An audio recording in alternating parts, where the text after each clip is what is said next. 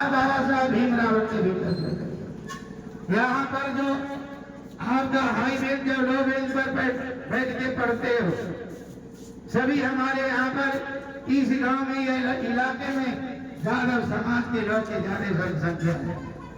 और अगर high bench लो bench पर अगर बैठ के पढ़ते हो यादव समाज के लोग, तो जो चप्पल जूता के पास बैठ के पढ़ा था और देखा कि अगर हम चप्पल जूता के पास बैठ के पढ़ रहे हैं तो हमारा जो बहुजन समाज के लोग हैं जितने यहाँ भारत में कोई यही भैया जमाल लोहार नवा धोबी लोग अंकुर गणेश बनेरी कटेला तेली सूढ़ी बनिया इन लोग का कौन पढ़ावेगा बेंच पर बैठा के।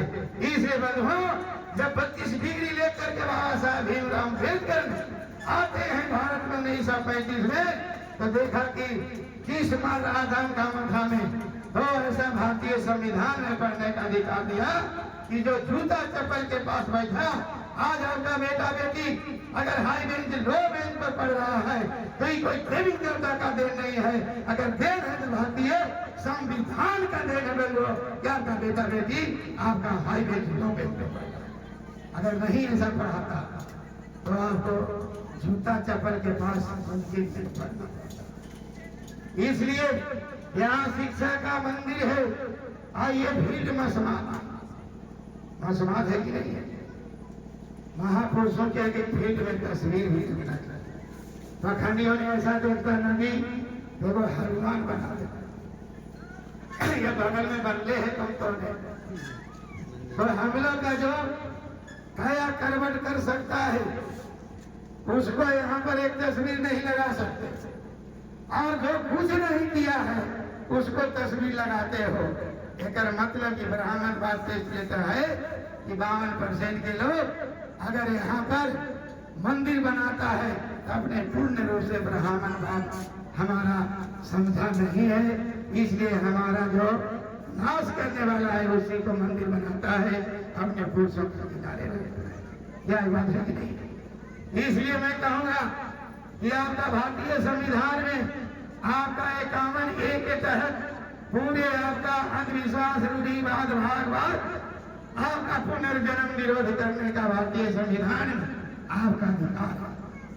भारतीय संविधान में जब अधिकार है जिसको आपका 19 आर्टिकल में आपका बोलने का अधिकार है, जिसको फंडामेंटल राइट कहते हैं, और फिर भी हम लोग नहीं बोलते हैं, इसमें संविधान का कोई गलती नहीं। इसलिए तमाम लोग से कहूंगा कि अगर संविधान जानना है तो संविधान की ओर हम लोग का नजर रखना पड़ेगा।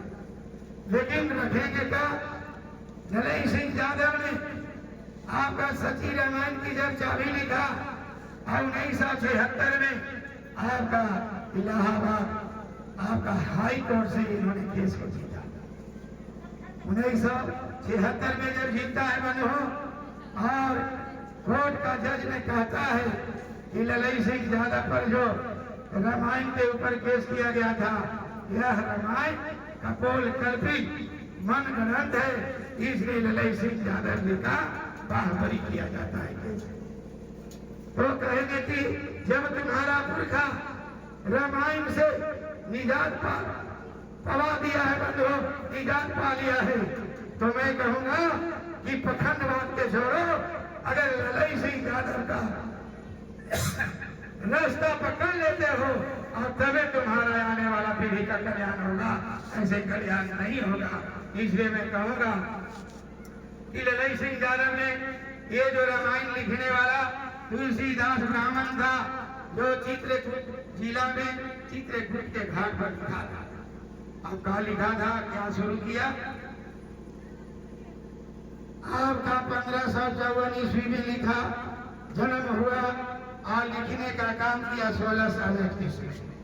तो बीच का जो आपका समय तुलसीदास का उम्र होता है 77 वर्ष।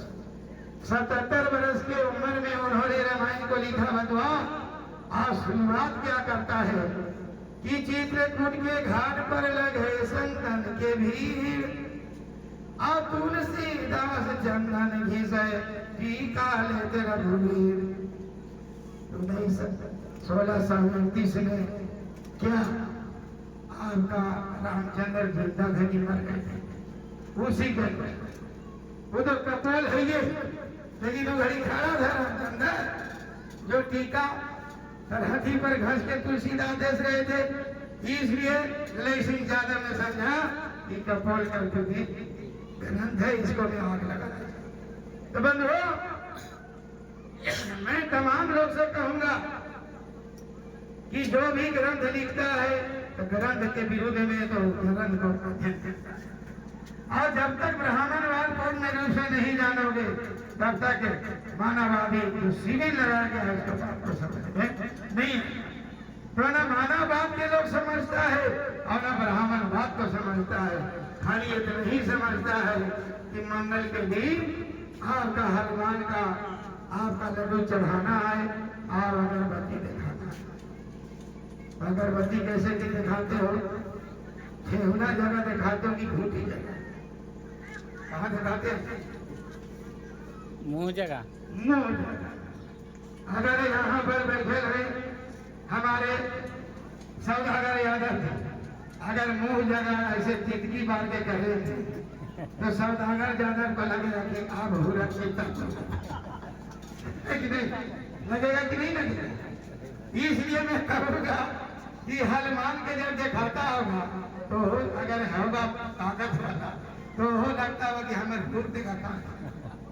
इसलिए मैं तमाम लोग से कहूँगा ये जो दिखाने का तरीका है, ये अगर जिंदा हनुमान रहता तो उठा के पटक देता कि नहीं पटक देता, लेकिन उसमें कोई ताकत नहीं।